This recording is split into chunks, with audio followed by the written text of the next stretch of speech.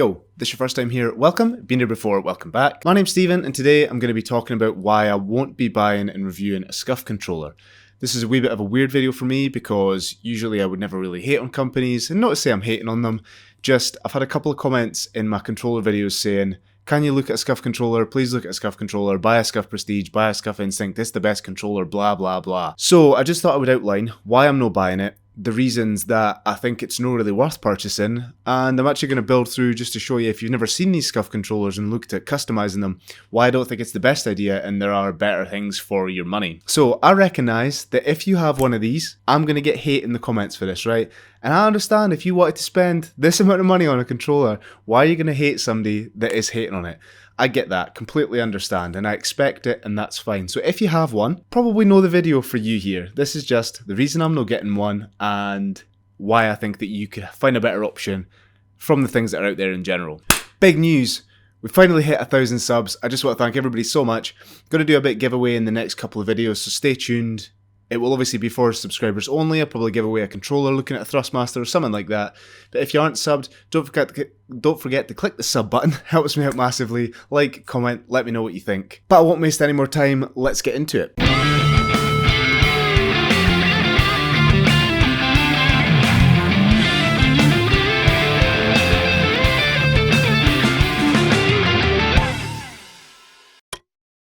So if this is a video that you're here for just to look at maybe will you buy one, won't you buy one, or you just want to know why I won't, it's literally because the price versus the features that you get is absolutely ludicrous. It is mental. I kind of get my head around it. There's a couple of things you're paying for, but like compared to everything else in the market for what you can buy for a much less price tag, I don't understand it, and it might just be me.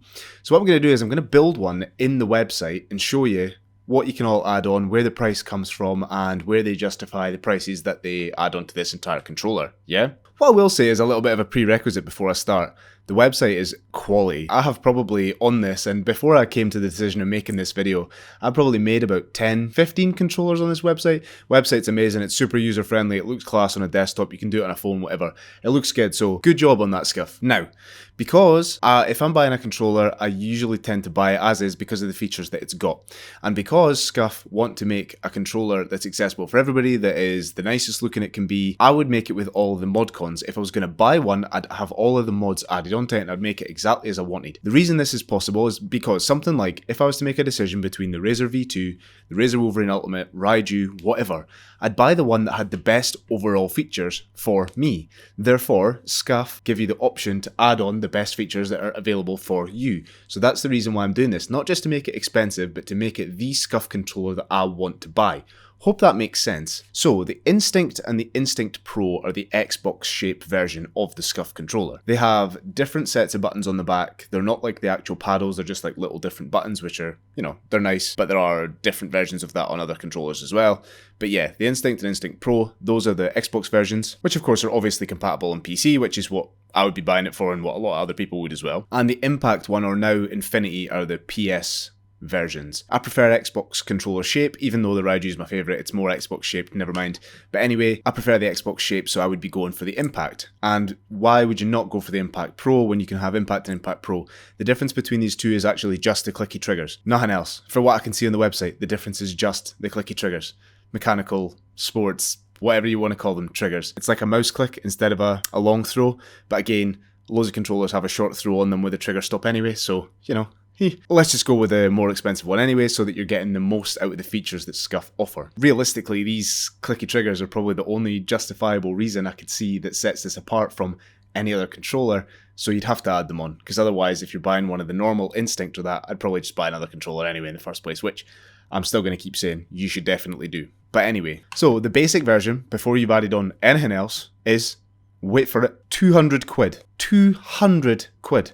200 quid. For the bog standard basic version of the Instinct Pro. Madness. I'm not even going to get me started on that. But that's the basic before you change anything else onto the controller. When, you know, modding the controller and making the upgrades is the bulk of their selling point. So you're not just going to go on and buy one for 200, you're going to add stuff to it. So the first thing we've got here is the shell colour. Now there's a couple of nice colours on this. There isn't a massive amount of variety. They've niched them down pretty madly. So you've got like new and signature and stuff like that. But they are pretty niche. If you didn't like big bold designs, there's no really that much choice for you. Luckily, there was a couple here that I did like. I like this purple shell, so I went with that. But all of these different shells will go anywhere from 10 quid up to 20 quid, depending on what you choose and the level that you want to pay for it. But yeah, so we're already at 200, now we've added it on and we're at 10, 20 before you've even started. In my case, for the only one that I really liked in the slightly more jazzy ones, it was 20 quid extra. Next, we're on to the buttons.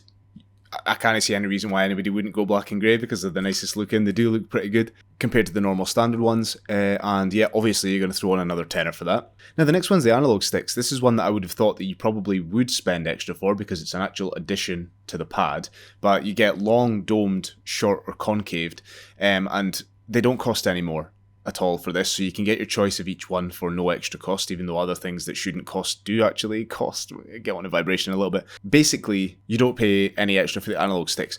Oh, unless you want to change the colour, and then in which case, you do have to pay a £5 per analog stick. The next one, you've got some little rings around the analog sticks for colour, and why no, if you're going to put extra little rings around it, just charge a couple of quid each. So 2 quid per one, 2 quid for the other, 4 quid for 2 little bits of colour around the analog rings.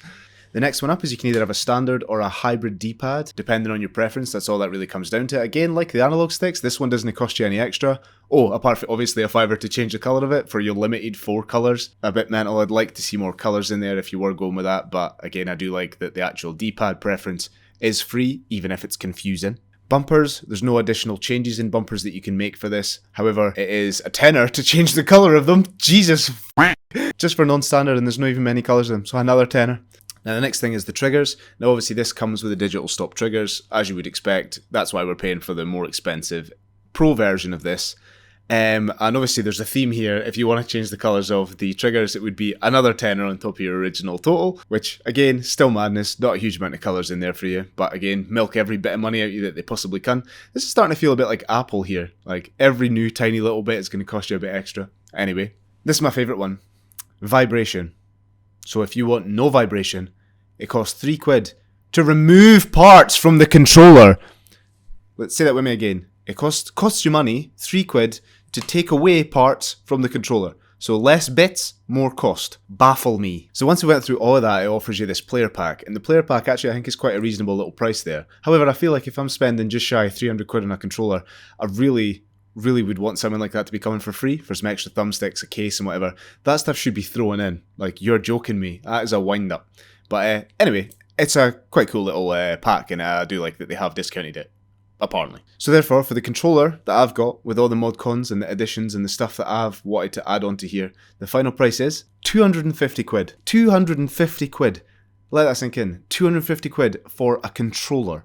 And we'll get onto the reviews later on, but 250 quid for a controller? That's eye-watering, is what it is. Now, funnily enough, if you're thinking, I don't really like Xbox version, I'd rather go for the PS one. Well, I went for the PS one, and it came out with 271 quid. 271.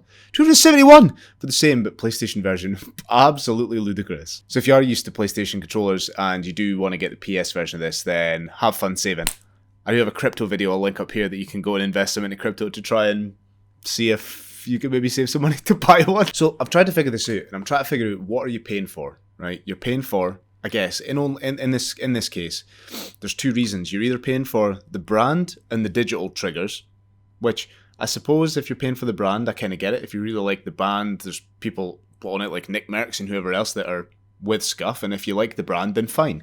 You know, that's to say some people buy more expensive Nike stuff, and some people like me will buy much cheaper clothes and whatever. So maybe if you're paying for the brand, I get it. The digital triggers, I would love to think it was enough to justify the price tag, but I just can't. Short throw on things like the Raiju or the Wolverine or anything for that matter, any other sort of higher market controller, I feel like it can't be that different. It can't be.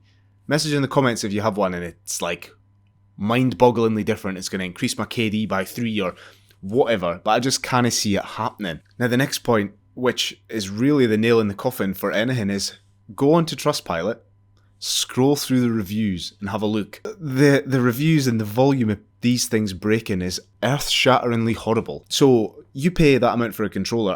If I bought a controller for less than 100 quid, say I bought one used or I bought one, I don't know, a slightly better one, Power A or that, I'm devastated when it breaks. Like, I don't want stuff like that breaking, even if I'm using it every day. I hate when it goes. Imagine paying 270 quid for the PS version of that controller and it just breaking. Analog sticks no working, like triggers breaking, all that kind of stuff. oh my god, I'd be fuming.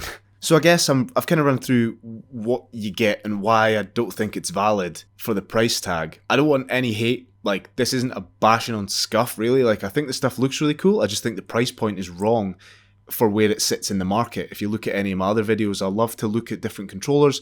I love to look at them in quite a lot of detail. And I just can't see this stacking up. SCUF, if anybody does work there that watches this video, I mean, feel free to send me one and I'll test it. I'm more than happy to be proven wrong on it, and it'll be a life-changing experience for me. But I can't see it. I just can't see it happening. But I mean, again, if anybody watching this has one and thinks that they're amazing and they're better than anything else, don't say that you like it just because of how much you paid for it. If it genuinely is worth it, drop a comment below and let me know what you think about it. My only crux is I will not be paying for it to review it here, because I can't just do that and be happy about it while the price point is there. If it gets brought down, I would love one, because they do look pretty cool and I do like the customization of it. But that's about it. So if you did enjoy this video, don't forget to click the sub button, click a like, leave a comment, do what you need to do. And if you've got any other ideas for videos that you'd like to see, don't leave a comment below. Also, new mic. I'm not using a little clip-on mic, I'm using this mic today. So let me know what you think about that too. Anyway, great to have you here, and I will see you in the next video. Thanks for watching.